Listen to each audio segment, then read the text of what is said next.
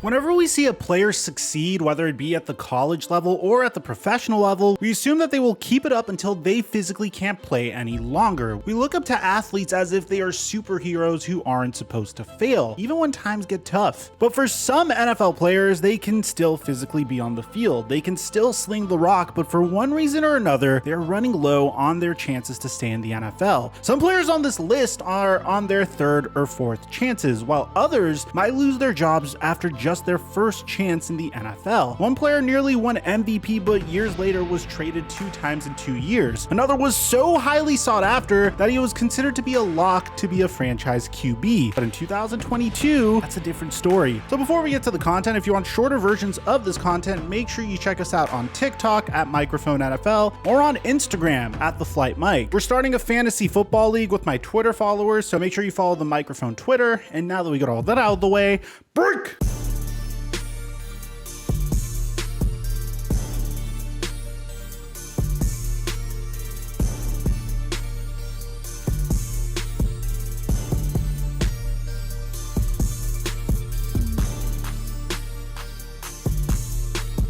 This video is sponsored by DraftKings. Calling all college football fans. The 2022 season kicks off this week. Whether you're a Tiger, Bruin, Wolverine, or even a Duck, there are plenty ways to cash in this football season. As teams begin their hunt for glory, DraftKings Sportsbook is putting new customers in the center of the action with an opportunity to instantly turn $5 into $200 of free bets. That's right, DraftKings is giving all new customers $200 in free bets when they place any pre-game $5 or more wager on the college football team of their choosing. Plus, with same game parlays, you can combine multiple bets from the same game to give yourself a shot at even bigger winnings all season long. DraftKings has been around for a while, so you know your funds are safe and can be withdrawn whenever, wherever you want. So download the DraftKings Sports app now, and when new customers use my promo code Microphone, they'll receive $200 in free bets instantly when they place a $5 wager. That's promo code Microphone only at DraftKings Sportsbook. And thank you, DraftKings, for the sponsorship. If I asked you a few years ago to name your top 3 wide receivers in the NFL, there's no doubt in my mind that you would have mentioned Julio Jones. No one is doubting that Julio Jones is a generational talent who's best known for his calm attitude and dominant performances on the field. However, how much longer does he actually have on the field? Since the end of the 2019 season, Julio Jones has just appeared in 19 out of the potential 33 games he could have played in. And it's fascinating once you find out why this has been the case.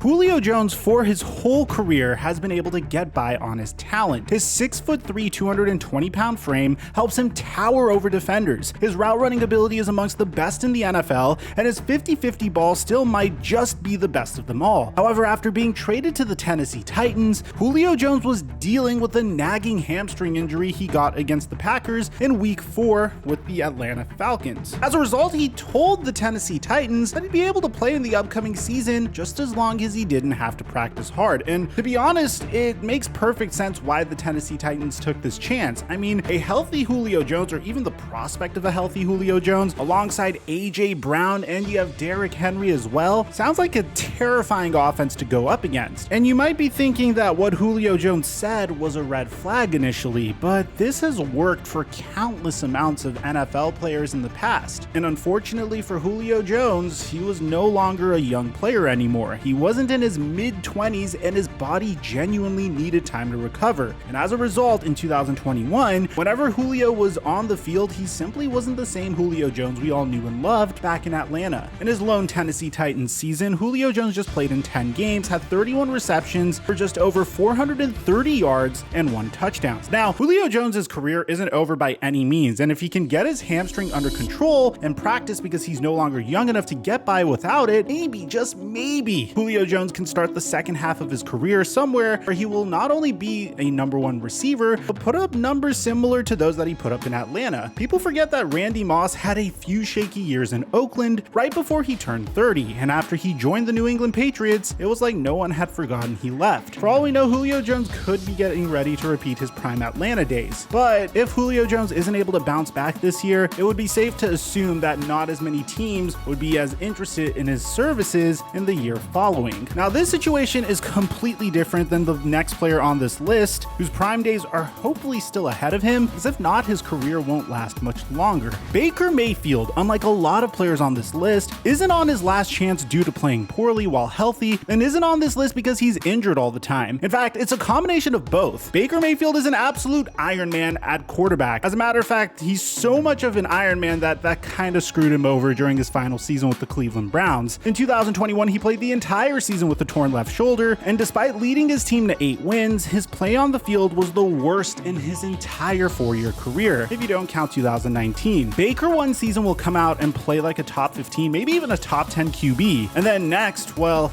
makes you wonder how he's in the NFL to begin with. The 2018 first overall pick is now headed to the Carolina Panthers after he was on the trade block for not 1, not 2, but nearly 5 months. Even with rumors that new Browns quarterback Deshaun Watson could miss the entire regular season, they still decided to ship him off for a haul of picks totaling a 2024 5th round pick. Yep, that's all that they received for a former number 1 overall pick, and arguably their most successful quarterback in franchise history. This shows us NFL fans that not only were the Panthers not that interested in trading for Baker Mayfield, seeing as all they were willing to give up was a late round pick, but every other NFL team in need of a quarterback, including the one with Geno Smith and Drew Lock battling it out for QB1, seemingly took a good look at Baker Mayfield and said that they don't want to give him a chance. The Panthers QB room consists of Sam Darnold, Matt Corral, and now Baker Mayfield, and out of the 3, Mayfield will probably start first. As from what we can tell from the past game tape,